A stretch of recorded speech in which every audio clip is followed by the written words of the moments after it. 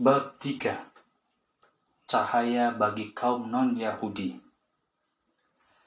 Pada saat yang sama, ketika Philo menguraikan Yudaismenya yang bercorak Platonis di Alexandria, sementara Hillel dan Shammai sedang beradu argumen di Yerusalem, seorang penyembuh iman karismatik memulai karirnya sendiri di utara Palestina. Sangat sedikit pengetahuan kita tentang Yesus. Uraian panjang lebar pertama tentang riwayat hidupnya adalah Injil Markus yang baru ditulis sekitar tahun 70 Masehi, hampir 40 tahun setelah kematiannya. Pada saat itu, fakta-fakta historis telah terselubung oleh unsur-unsur mitos yang mengekspresikan makna yang telah diperoleh Yesus dari pengikutnya. Makna inilah yang sebenarnya disampaikan oleh Injil Markus timbang gambaran gamblang yang dapat diandalkan. Orang Kristen generasi pertama memandang Yesus sebagai seorang Musa baru, seorang Yosua baru, dan sebagai pendiri Israel baru.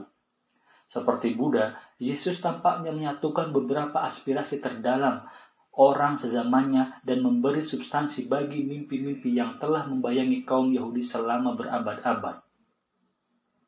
Dalam masa hidupnya, banyak orang Yahudi Palestina yang percaya bahwa dia adalah Sang Mesias.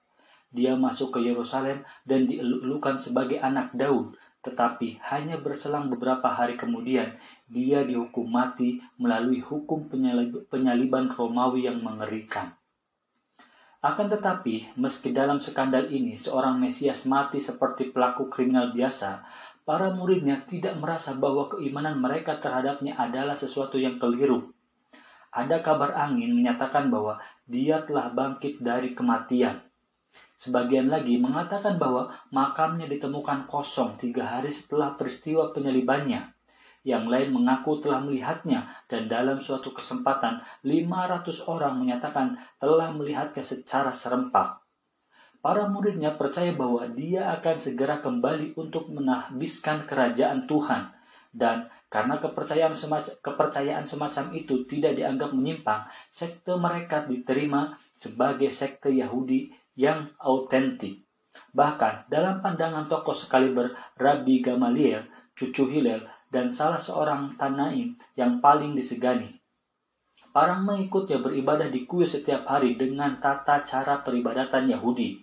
Namun akhirnya Israel baru yang diilhami oleh kehidupan, kematian, dan kebangkitan Yesus akan menjadi sebuah kepercayaan non-Yahudi yang mengembangkan konsepsinya sendiri yang khas tentang Tuhan. Pada saat kematian Yesus sekitar tahun 30 Masehi, orang Yahudi merupakan monoteis yang bersemangat sehingga tak seorang pun berharap Sang Mesias merupakan figur suci. Dia hanyalah manusia biasa, meski istimewa. Sebagian rabi menduga bahwa nama dan identitasnya telah diketahui Tuhan sejak zaman azali. Karenanya, dalam pemahaman semacam itu, Sang Mesias bisa dikatakan telah bersama Tuhan sejak sebelum awal waktu melalui cara simbolik yang serupa dengan figur hikmah suci dalam kitab Amsal dan Pengkhotbah.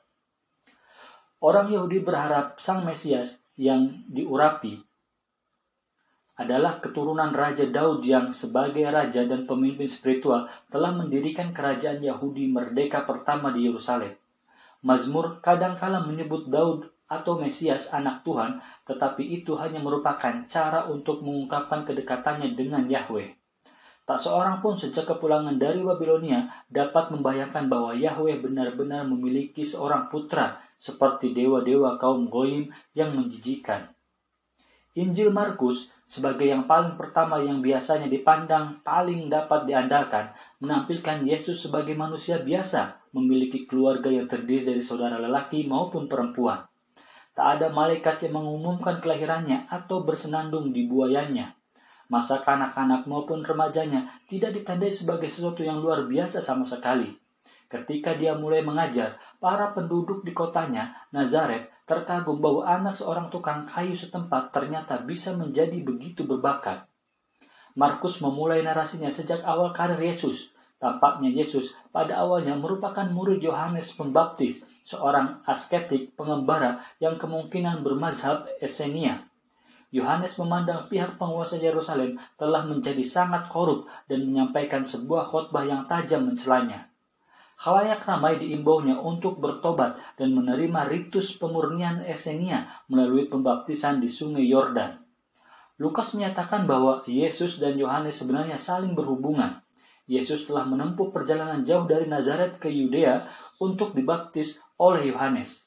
Sebagaimana yang diceritakan Markus kepada kita, pada saat ia keluar dari air, ia melihat langit terkoyak dan roh seperti burung merpati turun ke atasnya. Lalu terdengarlah suara dari surga, "Engkaulah anakku yang kukasihi, kepadamulah aku berkenan." Yohanes Pembaptis langsung mengenali Yesus sebagai Mesias atau Al-Masih. Apa yang kemudian kita dengar adalah bahwa Yesus mulai mengajar ke segala kota dan desa di Galilea seraya memaklumatkan kerajaan Allah sudah dekat. Telah banyak spekulasi tentang karakter sejati misi Yesus. Sangat sedikit dari kata-kata aktualnya yang sempat terekam dalam Injil. Dan banyak di antara bahan-bahan itu telah dipengaruhi oleh perkembangan selanjutnya yang terjadi di gereja-gereja yang didirikan oleh Paulus setelah kematian Yesus. Akan tetapi, terdapat petunjuk yang mengarah kepada karakter Yahudi yang esensial dalam karirnya.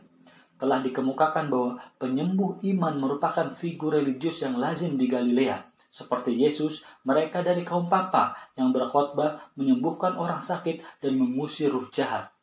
Seperti Yesus lagi, orang-orang suci Galilea ini sering memiliki sejumlah besar murid wanita. Yang lain berpendapat bahwa Yesus barangkali adalah seorang Farisi dari aliran yang sama dengan Hillel.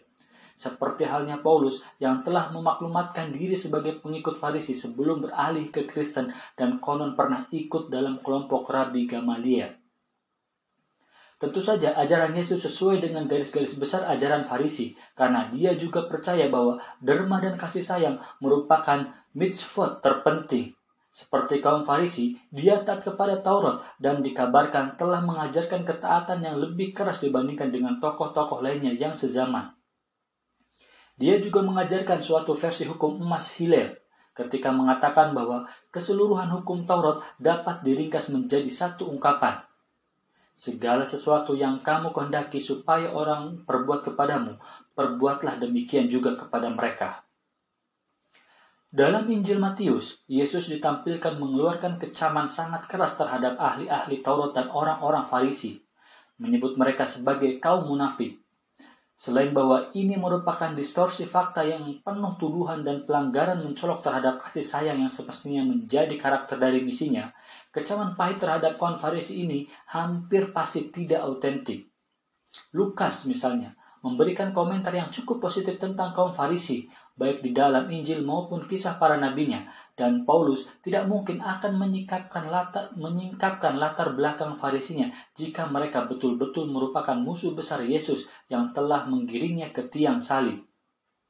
Nada antisemitik Injil Matius mencerminkan ketegangan antara orang-orang Yahudi dan Kristen selama tahun 80-an.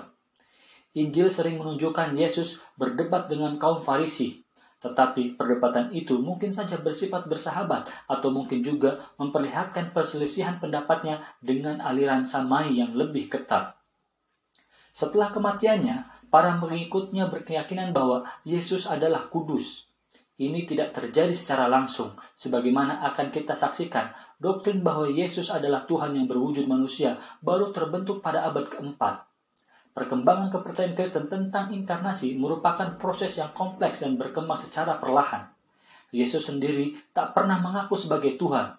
Pada hari pembaptisannya, oleh suara dari langit, dia dipanggil dengan sebutan Anak Tuhan.